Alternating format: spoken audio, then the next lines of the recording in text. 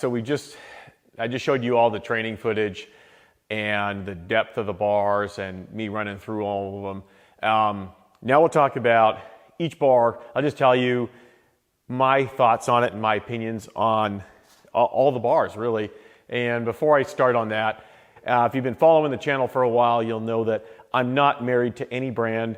I try to just look for the best in each of the different brands or each piece of equipment for that matter. And I'm not always looking for the most expensive piece.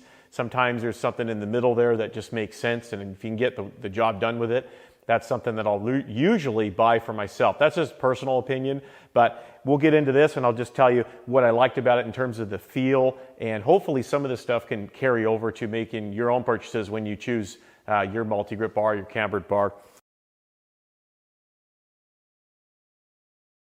So we're starting off with the Titan multi-grip flat bar. Of course, this bar is going to get beat up here a little bit because it's by far the cheapest by a long shot.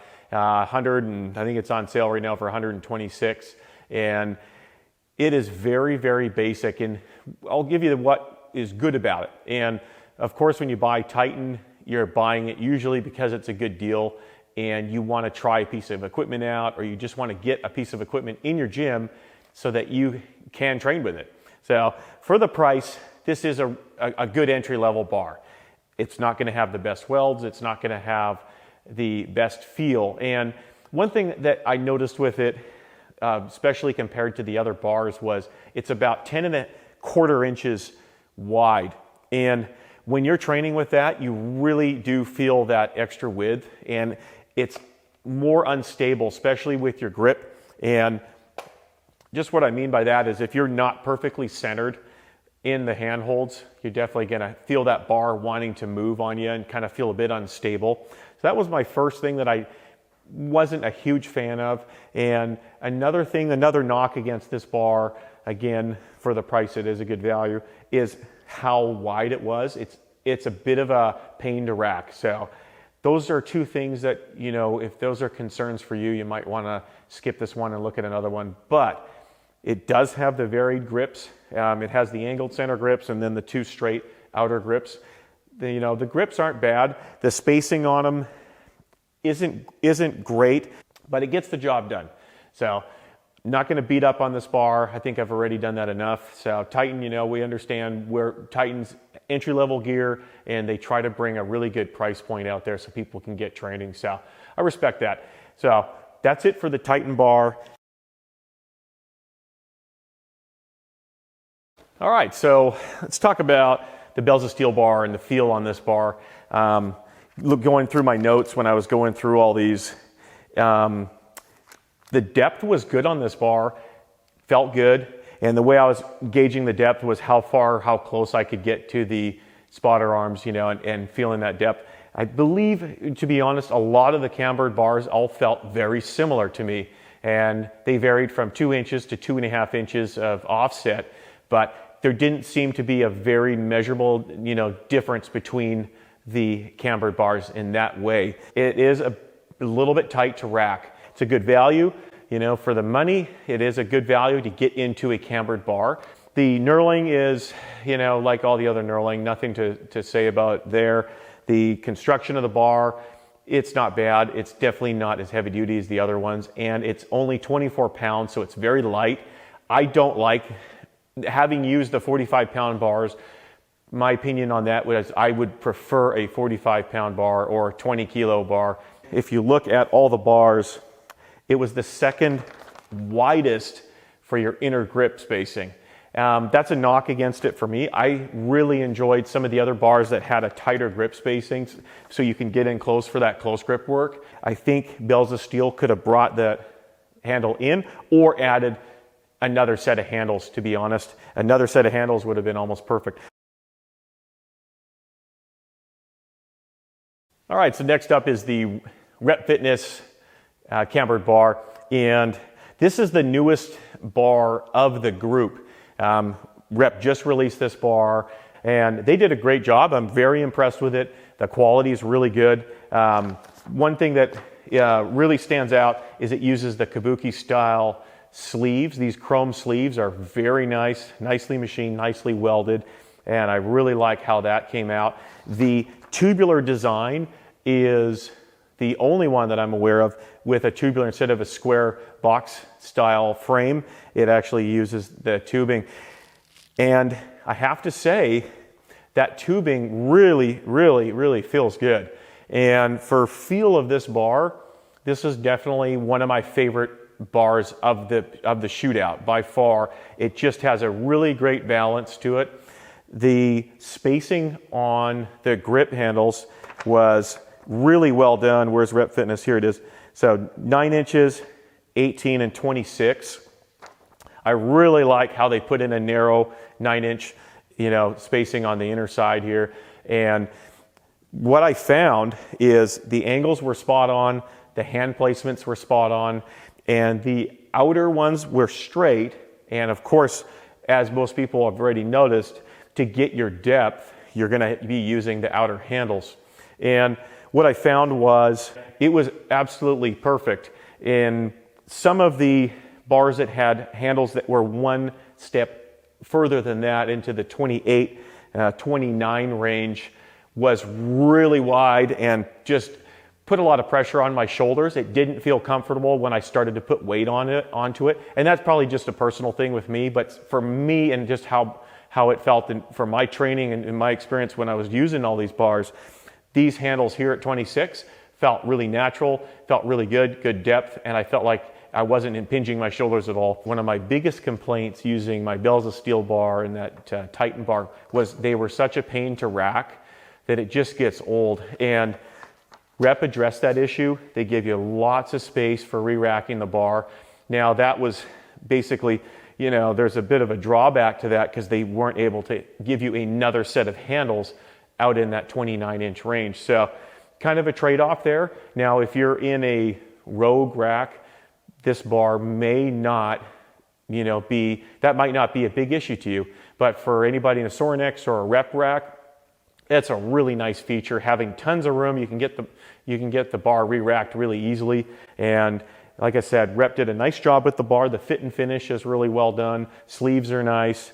The knurling is, again, we talked about it, nothing to really write home about there, to be honest. And there is a feature here for, you can screw a little eyelet on that, similar to the Arch Nemesis bar. And Rep, earmuffs, close your ears because you don't want to hear this, but I'll probably honestly never use that. The idea to me of putting this on my lat pull down and having this big 45-pound bar and like trying to use it for lat pull downs and stuff, it's never going to happen. Okay, Rep, you can come back in now, but you didn't, sorry. I just had to say it, it's the honest truth. I'll never use that, and I'll probably never put that on there. But other than that, this bar is really awesome, and I really think Rep did a nice job with it. The tubular construction came out perfect. All right, we're talking about the Elite FTS American bar, I believe it's called. This one really surprised me, and I wasn't sure about it. And the glaring obvious flaw to the bar is there is no knurling. And I wasn't sure about that, and a lot of people talk about knurling being the #1 thing that they're concerned about. Is knurling a huge concern? And here's the thing, Elite FTS, they know what they're doing, and I started thinking about this knurling thing. Everybody wants knurling, but when you're pressing with these bars, a lot of your grip is just steadying the bar. You're not trying to pull it in like a deadlift.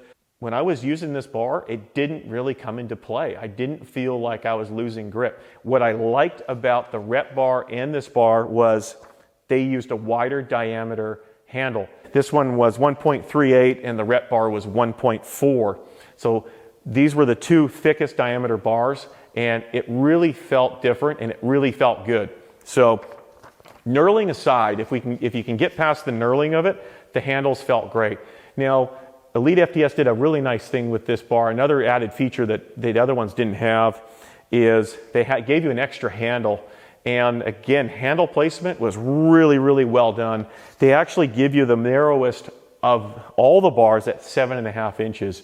And it goes all the way out to 28 inches. So Elite FTS, they nailed this bar perfectly in terms of the extra handle placement, and the diameter of the grip was really well done. When I was going through all these bars, the ones that stood out the best for feel were the ones that had the narrower grips. If you look at a standard set of dumbbells, your grip's usually around 5 inches. So to have a 7-inch grip on one of these bars just doesn't make sense at all. So I think Elite FTS did a great job with that. Racking this bar, Elite FTS did another nice feature with this one. Again, it's one of the only ones that had it, and they beveled the outer edges of this so it kind of makes it easier to rack, and that was a nice feature, definitely noticeable. I liked that. The sleeves on it are probably my least favorite of all the sleeves. If there was a downside to this bar, it would be the lack of knurling, and the sleeves definitely aren't as nice as the Kabuki or the rep bar. But in training with this bar, man, felt great. Definitely one of my top picks. All right, last but not least, the Kabuki Kadillac bar. And going into this review, by far, this was the bar I was most excited about, and really excited to get my hands on it and train with it. I've heard lots of good things about it. So let's talk about the bar in terms of construction. By far, out of all the bars that are in the shootout, this is the best made. It's the most well made, no doubt the strongest, has the best sleeves, the best welds. If you look at the thickness of this plate versus, say, the Bells of Steel, the Bells of Steel looks like a toy, to be honest. This thing is very, very well made. How did it feel when I was using it? This bar, I'm going to be honest, was a little bit more unstable due to the width of the grips. When you get a bar that's this strong, this well built, this wide, it definitely is a little bit more unstable. It's a little harder to handle. It's the longest by far versus some of the more compact bars. So it's not a knock against this bar at all. You have to understand what this was designed for. This is designed for a linebacker to grab this thing and bench 500 pounds on it. For me, and again, this can be my opinion, for the average garage gym owner, this probably wouldn't be my pick at $550. One thing that I would have liked to see on this bar is a closer grip set of handles, and maybe instead of the X, they could have added another set of handles here. Your narrowest handles are 14 inches. I really felt like it just wasn't working for close grip. It could be a lot closer. I really liked the rep bar and the Elite FTS bar and where their handles were placed 4 or 5 inches closer. It really made a difference. I found that the bars with the straight handles felt better on the furthest, widest handle. Again, that's a personal thing. That's something how I train, how my body works, where my flexibility is in my shoulders. Now, anyone, I'm sure, somebody who's a professional powerlifter or trains a lot more than I do could probably grab those handles and rep out 400 pounds all day long on the wide handles. Just for me, average dad, definitely felt like it was just too wide. So handle placement for the Kabuki bar, I'm probably going to get crucified for this in the comments, wasn't perfect. And again, just not for my personal training and how I felt with it, especially when I was able to compare it to a lot of different bars, and all of a sudden it really made a difference where not having the close grip handles to me was a big disadvantage. The textured grip actually worked really well. I mean, some of those passive knurling grips are kind of, honestly, this is almost better. If you are a serious lifter, professional athlete, college team, NFL team, whatever, this is no doubt the bar you're going to want to have in the gym just because of how well it's made. And Kabuki, again, makes the best stuff in the world. So that's why it costs so much money, and there's a lot of engineering behind it. And you'll see a lot of companies copy their stuff, so that's why. Anyway, that sums up the Kabuki bar.